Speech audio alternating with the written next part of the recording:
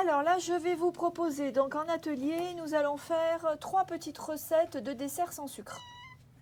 Ce qui va vous permettre de reprendre des desserts rapidement après le jeûne. Alors, d'abord, souvent, juste un petit rappel. Très souvent, pourquoi ne pas manger de sucre après le dessert? Bon, ça on l'a déjà vu, c'est parce que le sucre va fermenter et va pas bien se digérer s'il est assimilé en même temps que des protéines essentiellement.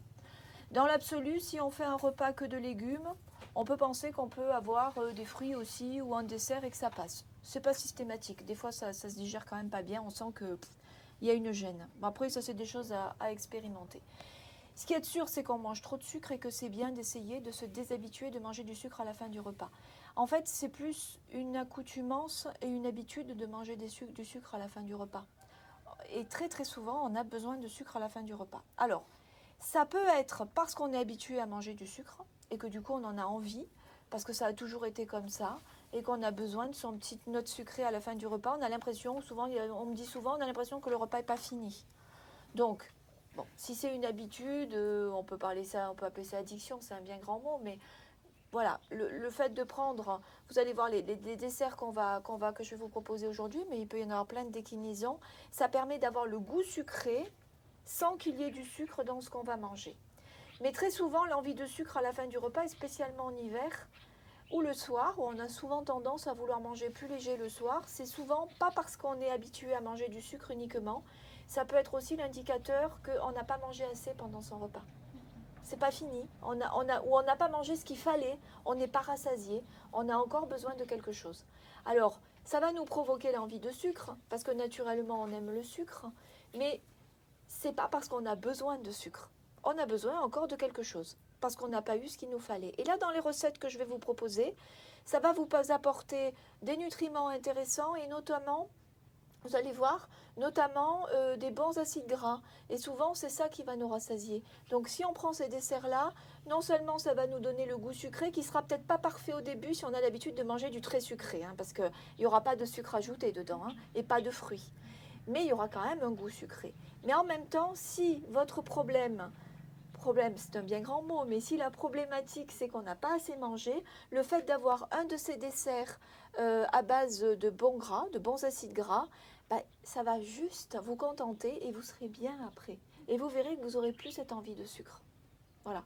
Ou alors il restera peut-être la toute petite touche parce que c'est une addiction. Et là, le tout petit bout de carreau de chocolat minuscule suffira. Ok? Alors, aujourd'hui, je vous propose d'en faire 3. On va faire une mousse d'avocat au citron et au gingembre, une crème à la carotte, à l'amande et à l'orange, et un soufflé à la patate douce, à la cannelle et au cacao. Dans ces 3 recettes, après, il y a plein de choses qui sont interchangeables. On va utiliser d'abord des saveurs qui donnent le goût du sucre sans qu'il y en ait. Alors, les saveurs, ça va être quoi? D'abord, certains épices. Alors, typiquement, la cannelle, le cacao, c'est des goûts qui donnent l'impression qu'il y a du sucre. Quand on rajoute dans un dessert de la cannelle, on va avoir une impression de sucré. Et pourtant, il n'y a pas de sucre dans la cannelle. Bon, l'orange, même chose. Le citron, même chose. Le gingembre, on ne peut pas dire qu'il sucre bien, mais il ajoute des saveurs. Le fait d'ajouter des saveurs, du coup, on va moins avoir envie de sucre, hein, parce qu'il y aura déjà plein de goûts dedans. Et puis, vous allez avoir la carotte, qui elle contient du sucre, hein, de toute façon. Et la patate douce aussi qui contient du sucre, mais qui n'aura rien à voir avec le dessert sucré qu'on a l'habitude de manger. Et l'avocat, du bon gras. Voilà, donc normalement, dans ces 3 recettes, après vous pouvez mélanger les goûts. Là, vous pouvez très bien dire, moi j'aime bien la mousse à l'avocat, mais je vais la faire à l'orange. Ou je vais essayer à la cannelle parce que ça me plaît, ou je vais mettre de la poudre de coco dedans. Vous pouvez après mixer vos recettes comme ça. D'accord? Alors ça va être des recettes qui sont très rassasiantes aussi parce que on va avoir beaucoup de gras avec l'avocat, de bons gras, mais aussi par exemple dans la mousse d'avocat et dans le soufflé de patate douce, on va avoir du blanc d'œuf. Même dans la mousse d'avocat, d'ailleurs, on va avoir l'œuf entier. Donc en fait, on aura doublement du bon gras, mais on aura aussi des protéines parce qu'on aura le blanc de l'œuf. Alors, on dit souvent que les protéines, je vous dis souvent qu'il faut les manger cuites, mais là, en montant les blancs en neige, on va changer la structure de nos protéines. C'est une transformation des protéines qui fait qu'on peut quand même le digérer cru. Parce que le fait de les agiter très très vite, les protéines ne vont pas s'assimiler et se digérer de la même façon. C'est pas comme si vous gobiez votre œuf avec le blanc cru comme ça, où là, Ça vous tomberait comme une pierre sur l'estomac et ça serait difficile à digérer. Ok? On y va? Allez.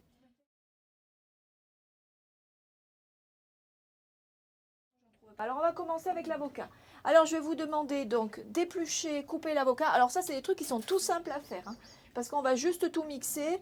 Le seul effort à faire, c'est monter les blancs en neige. On va essayer de les monter à la main. Alors, l'avocat, on va le mettre directement dans le blender. Et par contre, les œufs, bah, tu vas séparer les blancs des jaunes, mettre dans un cul de poule un peu plus grand et monter les blancs en neige. Alors là, pour un avocat, on va mettre 2 œufs. Donc tu me sépares que 2 œufs, le blanc du jaune. Le jaune, on va l'ajouter à notre avocat cru. Comme ça, on aura tout le bon gras de l'œuf. En fait, ça fait un peu comme quand on fait un mascarpone. Voilà, une crème au mascarpone. Et puis, on va monter les blancs en neige. Et dedans, on va rajouter le zeste du citron. Alors là, pour un seul avocat, ça dépend si on aime très citronné ou pas, mais la moitié du zeste de citron, ça suffit. Directement dans le blender. Et puis, on va mettre un peu de gingembre. Donc, on met les jaunes. Je prends ça, je prends ça. Voilà, il est bien. Alors, il faut que tu récupères derrière. Hein. Bon, c'est bon, là, il y en a assez. Toi, tu mets ça dans le blender, ça va suffire. Et puis, bah, comme mon blender, il mixe super bien, le morceau de gingembre frais, moi, je le mets entier. Hop, voilà. Et là, on va commencer par tout mixer. Puis après, on incorporera nos blancs en neige. Facile, hein. L'avantage de ces recettes, en fait, c'est que c'est pas la peine de se programmer en disant « je vais me faire le petit dessert ». Parce que là, il s'agit en fait de remplacer quand on a envie de sucre. Mais seulement, si tu en as envie, au moment où tu en as envie, tu le fais en 5 minutes, c'est fait. Voilà, là. Voilà. Voilà. Et puis c'est tout. Alors maintenant, on va verser ça dans... On va prendre un petit parce que sinon, on va verser là-dedans. Tiens, je te laisse faire, Brigitte. Et après, on incorpore les blancs. Et puis, on dispose dans des petits ramequins. On peut très bien faire cette recette avec du cacao. Ça va très très bien l'avocat avec le cacao. Ah oui. Et le citron? Et le citron si on veut aussi. Ah, oui. Bah ouais. Ah ouais, c'est bon l'avocat cacao. avec le cacao. Ouais, ouais, très très bon. On peut mettre un peu de vanille si on veut. On peut... Voilà. Un peu d'orange en huile essentielle peut-être? Ah non, là, les huiles essentielles, moi par contre dans la cuisine, pas trop. Hein. C'est trop fort. Vaut mieux mettre le zeste. De regarder faire. Et ça après c'est au frais, ça part au frais. Et on met au frais, voilà. Combien de temps? Oh bon, je sais pas moi. T'es même pas obligé hein, de le mettre au frais, mais disons que si tu le mets au frais, ça va prendre la consistance d'une mousse au chocolat. Tu sais, ça va durcir un peu. Et oui, c'est mieux. Ça fait une vraie mousse, donc je dirais 1 heure au moins. Et là-dedans, tu as ta dose de protéines du coup? Bah du coup, tu as un œuf, ouais. Allez, hop, ça part au frais. On passe à la deuxième recette. Alors, la deuxième recette, donc crème à la carotte, à la crème d'amande et à l'orange.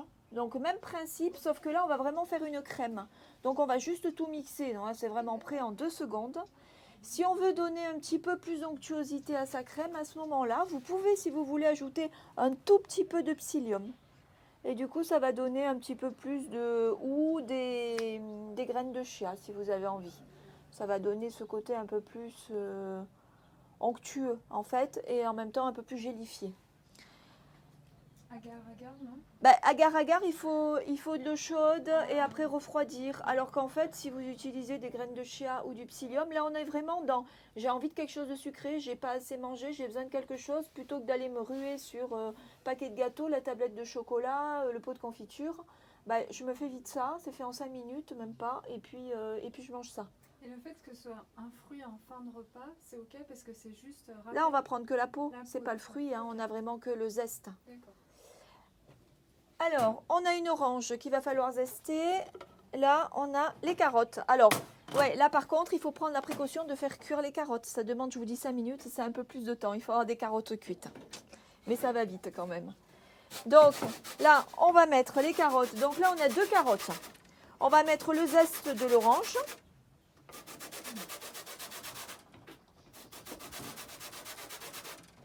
et de la crème d'amande.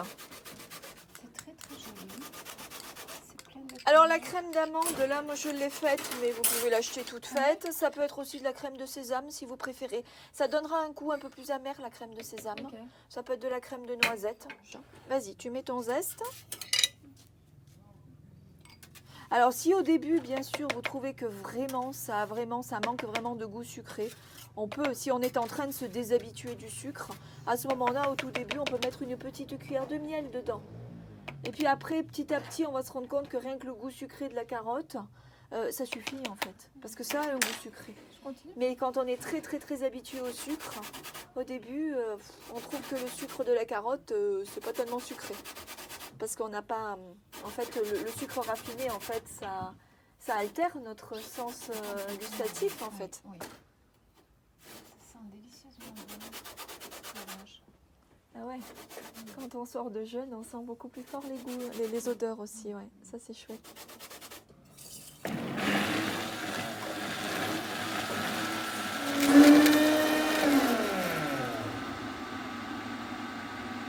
Je crois que c'est bon, hein. Voilà, alors on va faire des petits verres. Alors ça, c'est bien nourrissant, hein. Tenez. Là, on peut remplir des petits verres. Et tout ça, ça se garde combien de temps au frigo? Combien de temps ça se garde? Là, qu'est-ce qu'on a dedans? Oh bah là, la carotte, comme ça, tu peux bien la garder 3 jours sans problème, hein. La mousse? La mousse, non, parce qu'il y a du jaune d'œuf. D'accord. Donc une journée la mousse. Ouais, la journée. Et bah après, si tu mets que le blanc d'œuf, tu peux la garder plus longtemps. Voilà. Puis bon, le soufflé, ça se cuit, ça se mange tout de suite, par contre.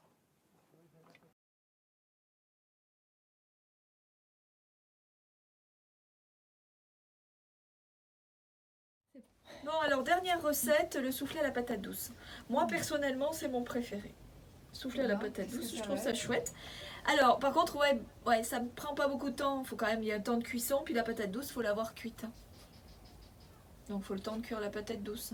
Mais si vous l'épluchez avant la patate douce et que vous la coupez en petits morceaux, cuite dans de l'eau bouillante, ça va quand même super vite. Donc, c'est pas non plus un dessert qui prend 3 heures à préparer, hein. Donc là, j'ai l'équivalent de, je sais plus, on a 3 patates douces, je crois, mais elles sont petites. Je sais que vous, en France, vous trouvez des grosses patates douces. Et orange. Donc là, et orange. Alors la blanche, il faut savoir que la blanche est, moi, à mon sens, plus intéressante que l'orange. C'est vrai que la orange contient plus d'antioxydants, mais au niveau des structures des amidons, la blanche, elle est plus sympa. Et puis, elle est moins forte en goût. Moi, je la trouve plus douce. Bon, après, voilà. De toute façon, on achète ce qu'on trouve. Donc là, vous avez l'équivalent d'une grosse patate douce.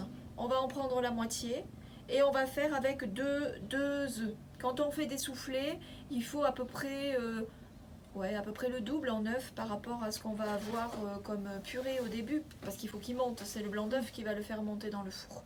Donc là, on va prendre la moitié en patate douce qu'on va mixer avec les jaunes d'œufs et non, sans les jaunes d'œufs, qu'on va mixer avec de la crème de coco. On va ajouter un peu de poudre de cacao et ensuite on va mélanger avec les blancs montés en neige. Ok? Donc là vous mettez la moitié de la patate douce dans le bol du mixeur et voilà, et 2 blancs d'œufs montés en neige. Juste un petit mot sur le coco. Je sais que maintenant on trouve de l'eau de coco, du lait de coco, de la crème de coco. Moi, on a la chance ici de trouver de la crème de coco qui ressemble à ça. C'est-à-dire que quand je mets ma crème de coco au frais, enfin là en l'occurrence, je n'ai pas eu besoin de la mettre au frais parce que c'est pas chauffé, il fait froid la nuit. Ah bah, quand j'ouvre, je peux sortir ma crème, elle est consistante comme ça. Elle est belle, hein. Et puis j'ai le lait qui en fait ça s'est dissocié tout seul avec le froid. Bah, ici c'est dans des boîtes, mais ça peut être n'importe, hein. Donc il vaut mieux acheter du vrai lait de coco, hein, qui est complet, il y a la crème dedans. Vous le mettez au frais et puis vous allez avoir la crème qui va durcir et vous la récupérez à la cuillère. Ça peut vous permettre de faire des préparations plus épaisses avec la crème et puis de doser l'onctuosité en ajoutant le liquide. Alors ça va nous permettre de commencer de mixer avec la crème de coco et on va ajouter un peu d'eau pour rendre onctueux comme on veut en fait, hein, pour avoir un soufflé qui va monter. Parce que si on fait un petit caillou, si c'est trop épais comme la crème tout à l'heure, à la carotte, ça va jamais monter. Même avec le blanc d'œuf. Avec le blanc d'œuf monté en neige, ça va être trop consistant. Et dans le four, il faut que ça soit aéré en fait. Donc pour avoir... Et sur ces recettes-là, c'est compliqué d'avoir les bonnes consistances avec, en donnant le dosage. Je peux vous dire, vous mettez 100 g de patates douces, tant d'œufs, etc. Mais selon l'humidité de votre patate douce ou la consistance de votre crème, vous n'aurez pas la même chose. Donc en fait, il faut voir la consistance que ça donne et ensuite essayer d'obtenir la même chose et vous allez adapter vos dosages. Donc là, on va commencer par mettre une bonne grosse cuillère de crème et on va mettre un tout petit peu d'eau. Et ensuite, on va mixer et on va voir ce que ça fait, si c'est assez onctueux ou pas. Le cacao. Alors le cacao il est très fort, donc on va en mettre juste une petite cuillère, sinon ça va être vraiment amer. Et la cannelle.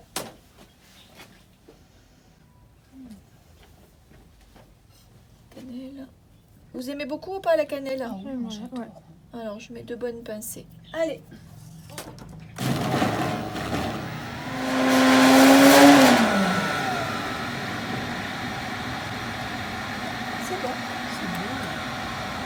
Chouette crème. Voilà, donc là, eh ben, même punition que tout à l'heure, il faut fouetter les blancs en neige. Tu arrives ou tu veux que je le fasse? Tu te sens? Pas vraiment. Alors je vais le faire. Voilà. Qui c'est qui vient touiller? Il y en a encore là-dedans. Mais je pense que ça va. On va le laisser. Ça peut se manger comme crème comme ça aussi. Hein. C'est sympa.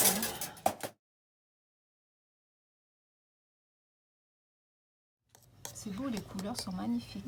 Là, ça fait 3 desserts avec 3 couleurs différentes. Voilà ce que j'allais dire. Alors voilà notre petit soufflé. Alors désolé, on s'est mal organisé. On est dehors. Il est retombé. Mais bon, il était bien gonflé. Il était beau. Regardez. Soufflé à la patate douce et au cacao. Il sent très très bon. Voilà, vous avez eu 3 recettes de base pour essayer d'inventer, après à vous d'inventer des nouveaux desserts sans sucre pour remplacer les desserts sucrés et vous déshabituer du sucre, mais en même temps vous nourrir de façon agréable et utile pour votre corps.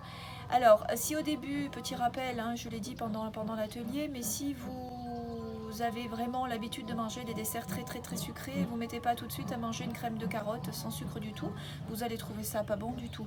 Il faut se déshabituer du goût du sucre. Donc au début, mettez une petite cuillère de miel, voire 2 cuillères de miel. Déjà, vous aurez un sucre naturel, ça sera plus intéressant. Vous pouvez aussi rajouter un peu de purée de fruits ou un petit peu de jus de fruits à l'intérieur pour sucrer. Et puis petit à petit, vous en mettez de moins en moins jusqu'à ce qu'il n'y en ait plus. N'hésitez pas non plus à changer les goûts, ajouter de la vanille, ajouter voilà, les saveurs qui vous font envie, l'épice dont vous avez envie, vous pouvez changer en fonction de vos goûts. Et ne vous découragez pas, essayez petit à petit, vous allez voir, c'est ce qu'il y a de plus difficile de se déshabituer du goût du sucre, c'est une vraie addiction, mais on y arrive et de façon aussi rapide qu'on se déshabitue, on s'habitue à de nouveaux goûts et on multiplie les plaisirs et on se sent de mieux en mieux, moins gronchon, moins fatigué, moins déprimé. Le sucre influe sur beaucoup de choses dans le corps et il n'est pas bien du tout de trop en manger. Je ne dis pas qu'il ne faut pas en manger, mais il faut que ça soit un vrai plaisir de temps en temps et pas systématique et pas la substance dont on ne peut absolument pas se passer. Alors c'est un petit chemin à démarrer, j'essaie de vous aider, mais surtout ayez le courage de commencer, vous allez voir, c'est au bout du chemin, on est tellement bien.